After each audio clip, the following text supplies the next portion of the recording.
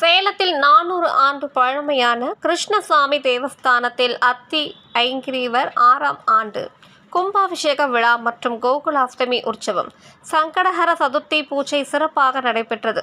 கோகுலாஷ்டமி உற்சவம் 5ஆம் நாளை முன்னிட்டு உற்சவர் கிருஷ்ணசாமிக்கு சிகப்பு பட்டாடை, நறுமண மலர் மாலைகள், கற்கள் பதித்த நகை ஆபரணங்கள், பாமா ருக்மணி தாயாருக்கு புது பட்டு சேலை கட்டி பலவித நகை ஆபரணங்கள், முத்தங்கி கிரீடம் அணிவிக்கப்பட்டு பிரம்மாண்டமாக அலங்கரித்தனர். தொடர்ந்து தெய்வங்களுக்கு ஏக ஆரத்தி, நட்சத்திர ஆரத்தி, கும்ப ஆரத்தி காண்பிக்கப்பட்டு குடை விசிறி, சாமரம் உள்ளிட்ட பல்வேறு சோடசங்களால் சோடச உபச்சார பூஜை நடைபெற்றது.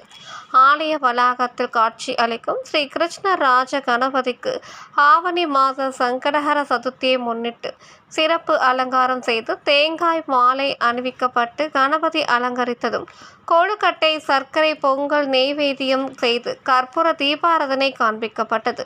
பின்னர் அரளி பூக்களால் அர்ச்சனை செய்து ஏக தீபாராதனை காண்பிக்கப்பட்டதும், ஆலயத்திற்கு வந்திருந்த பக்தர்களுக்கு துளசி தீர்த்தம், சடாரி மரியாதையுடன் அன்ன பிரசாதம் வழங்கப்பட்டது.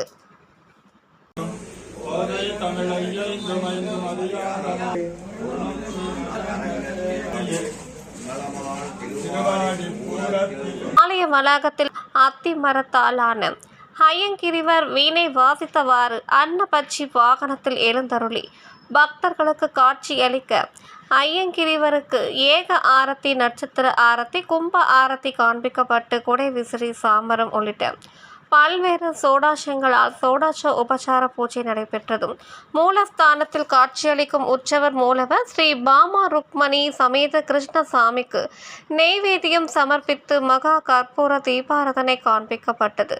பின்னர் ஐயங்கிரிவருக்கும் தீபாராதனை காண்பிக்கப்பட்டது. ஏராளமான பக்தர்கள் கலந்து கொண்டு தரிசனம் செய்தனர். கலந்து கொண்ட பக்தர்கள் அனைவருக்கும் துளசி தீர்த்தம், சடாரி மரியாதை மற்றும் அன்ன பிரசாதம் வழங்கப்பட்டது.